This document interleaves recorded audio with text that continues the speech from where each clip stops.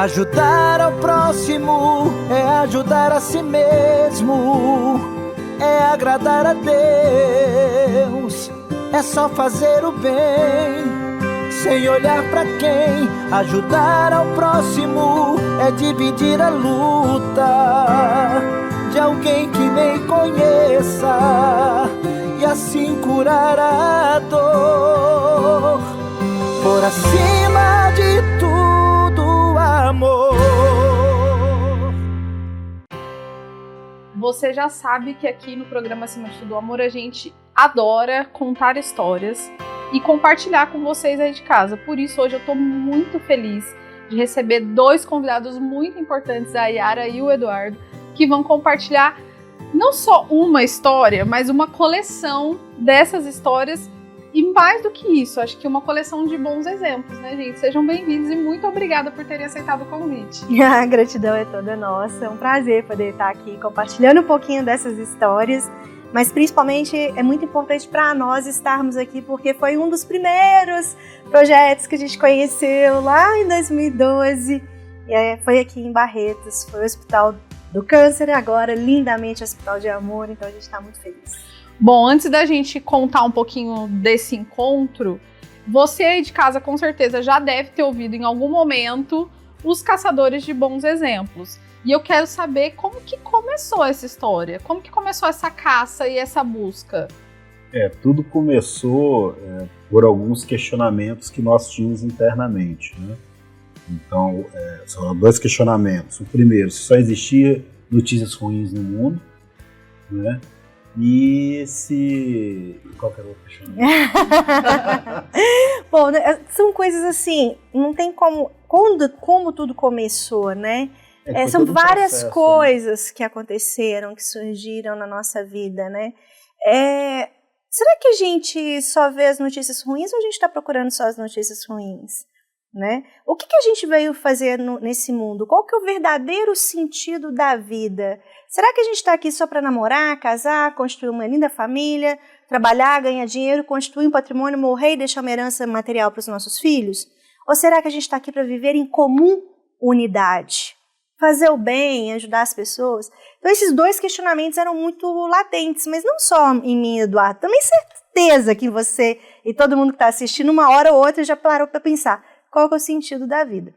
E aí, nesse sentido de estar pesquisando dentro de nós, de estar buscando esses aprendizados, a gente decidiu vender tudo o que tinha, doar as nossas coisas e embarcar numa viagem em busca de pessoas que pararam de falar de problema e estão buscando a solução. Entendi. E esse clique aí, vamos falar assim, foi em que ano? A virada foi em 2010 para 2011. Foi o Réveillon 1/1/11. E aí vocês decidiram transformar toda a vida que vocês tinham numa viagem e num carro. Na realidade, tudo que nós tínhamos, né, que sobrou depois que nós vendemos, nós colocamos dentro de um carro. E resolvemos viver com aquilo que a gente pudesse carregar. Então, qualquer bagagem que a gente ia carregar, era só o que coubesse dentro de um carro. Tudo que a gente tem é o que a gente consegue carregar. Isso acaba sendo uma filosofia e uma reflexão para todo mundo. Será que você consegue carregar tanto os pesos materiais, quanto também os pesos emocionais da sua vida? E aí botamos essa data bonitinha, 1/1/11, fomos para a estrada para viver e conviver com essas pessoas que pararam de olhar para o próprio umbigo e que pensam no coletivo. Que tipo de amor é esse que as pessoas dedicam a sua vida para mudar o mundo de alguém? Então foi uma imersão que a gente decidiu fazer para mudar o mundo do casal, para responder as perguntas da Yara e do Eduardo. E hoje se transformou num trabalho, num projeto, numa missão de vida. Tudo mudou na estrada, né? Porque o que era muito egoísta da nossa parte de mudar só o casal, na estrada se transformou que essas histórias poderiam mudar outras histórias. Vocês acabaram redimensionando muita coisa. As pessoas que passavam pelo nosso caminho. Porque a gente tinha um projeto, um propósito que era estar respondendo esses questionamentos e estar mudando nós mesmos. Mas aí, de repente, a gente recebeu um e-mail que era: obrigado por salvar a minha vida. Era um garoto que tinha tentado suicídio 3 vezes e decidiu não morrer mais por causa da nossa história. E aí um e-mail bonito, no final ele colocou: um dia eu quero encontrá-los e agradecê-los. Obrigado por salvar a minha vida, por ter me devolvido a esperança no ser humano. Eu olhei para o Dudu e falei assim, o que a gente fez? A gente só mudou o olhar dele. A gente tem que saber, gente, tudo de ruim que está acontecendo. A gente tem que saber. Mas nós principalmente precisamos estar em busca das pessoas que estão fazendo a solução, que estão construindo a solução dos problemas. Então a gente tem que mudar o olhar e focar na solução e não só no problema. Depois a gente começou, por isso que eu falo que foram as pessoas. A gente começou a fazer palestras, escrevemos livros, as pessoas começaram a se inspirar. Gente que nunca tinha feito nada criou um projeto. Pessoas que nunca tinham apoiado começaram a apoiar. E a gente olha, isso também inspira. Tem uma frase que eu gosto muito, que faz parte do nosso terceiro objetivo, que diz assim: missões se fazem com os pés dos que vão, os joelhos daqueles que oram e com as mãos daqueles que contribuem. Esse se tornou nosso terceiro objetivo, conectar quem pode ajudar com quem precisa de ajuda. E o quarto é valorizar. Porque a gente chegava em projetos assim que muitas pessoas nem conheciam. E teve uma vez que a gente estava no Complexo do Baianão, um projeto sensacional. Uma das fundadoras começou a chorar e bateu a mão na porta e falou: espera, o que foi? Ela: eu estou aqui hoje para fechar o projeto. Porque eu brigo com o traficante para a criança estar aqui. Eu brigo com a minha família para eu estar aqui. Eu estou cansada. Aí eu abro a porta, é um casal de doido falando que no Brasil inteiro tem pessoas como eu. Eu não posso deixar vocês passarem dessa porta sem antes prometer. Podem voltar quando vocês quiserem, que eu vou estar aqui. Gente, uau, que incrível. O que significou isso? A gente valorizar e motivar esses projetos. Então foram as pessoas que acabaram mudando o nosso trajeto, nosso destino. Ô Eduardo, a gente está falando aí desses projetos, mas como que vocês chegam até esses projetos, ou até essas histórias, até essas pessoas?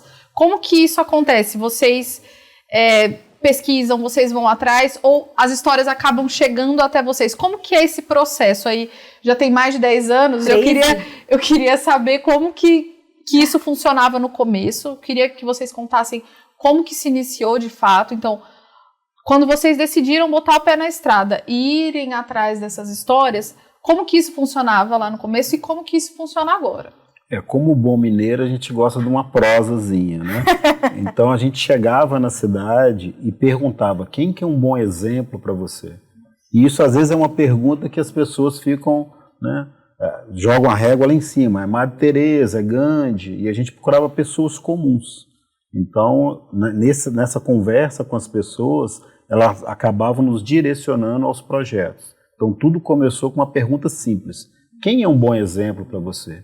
E aí nós fomos conhecendo esses projetos. Hoje, com as redes sociais, com a evolução das redes sociais... Porque muita coisa mudou mesmo, né? De quando vocês começaram para agora. Acho que até a forma com a qual as pessoas se comunicam mudou muito, né? Sim. Hoje a gente já recebe muita indicação pelas redes sociais. Então a gente hoje abre um mapa, a gente tem um mapa por geolocalização e acaba que tem os pontos onde as pessoas nos indicaram projetos. E aí a gente vai visitar por essas indicações. Entendi. E já existem projetos, a gente já vai falar daqui a pouco como que foi esse encontro com o Hospital de Amor, mas existem projetos que vocês conheceram muito lá no início e voltaram depois e conseguiram ver uma evolução ou, né, uma expansão disso? Sim. A gente acompanha vários projetos, né? Hoje são 6.680 projetos por todos os estados brasileiros. E como a gente dá muitas voltas no Brasil, a gente já deu 20 voltas ao redor da circunferência do planeta. Meu Deus! Então a gente acaba voltando nos lugares que a gente passou, porque criamos amizades, vínculos e até o apoio, né? Hoje, Caçadores de Bons Exemplos é um negócio de impacto social. Então todo o dinheiro que é arrecadado para caçadores é para ajudar os projetos sociais. Então a gente apoia e também vai lá ver, vai divulgar, vai conhecer o que mudou durante esse trajeto, durante essa trajetória. Então é muito gostoso quando a gente vê uma evolução assim. Eduardo, tem algum projeto que foi assim, que vocês conheceram lá no começo, depois de alguns anos voltou, que te marcou de alguma forma? Nossa, vários, né, amor? Nossa. Você pode deixar a Yara contar, que você podia contar o do sorriso, né? Que nós voltamos depois de um tempo, né? Nós temos 36 mini documentários gravados, assim, e tem algum desses projetos que a gente voltou e que nos emociona muito. Mas eu acho que não vou falar um só, porque eu acho que até... né? Entre mais de 6 mil é difícil escolher um, né? Imagina, uma faxineira que ganha menos de um salário mínimo por mês, mora num barracão de lona e atende 68 crianças em contraturno escolar. Uma gari analfabeta que empodera mais de 2.000 famílias em Porto Alegre. Um homem que estava preso, e aí um dia uma pessoa perguntou o nome dele, e depois dele responder o nome, ela deu um abraço e um beijo. Essas são simples. Ele foi lembrar que o sonho da vida dele era... A gente tem um monte de sonho, né? Meu sonho é ter uma casa, um carro, uma moto. O sonho da vida dele era ter piolho, para a mãe dele fazer um carinho na cabeça dele, porque ninguém nunca tinha feito. Ele foi lembrando tudo de ruim que as pessoas fizeram com ele, tudo de ruim que ele fez com as pessoas. Ele sabia que ele não era anjinho, ele não era santo, mas ele sabia que ele era inteligente. A partir dessa ação simples dessa mulher, ele virou a chave mental e falou: a partir de agora eu vou fazer o bem. Bom, há 30 anos, esse cara já atendeu mais de 3.000 crianças em Sorriso, no Mato Grosso. Com aulas de yoga, meditação, artesanato, reforço escolar, alimentação. Então, assim, são histórias tão incríveis. Chão Rocha, que é um dos maiores educadores do mundo, e poucas pessoas do Brasil conhecem ele. Ele criou o Centro Popular de Cultura e Desenvolvimento, Pedagogia do Brinquedo, Pedagogia do Sabão, Pedagogia da Roda. Então, são casos tão incríveis, assim, que é difícil a gente escolher um só, porque todos estão bem no nosso coração mesmo. Bom, eu tenho certeza que você aí de casa tá adorando esse papo, assim como eu. Então, por isso, espera aí que já já a gente volta. Por acima de tudo, amor.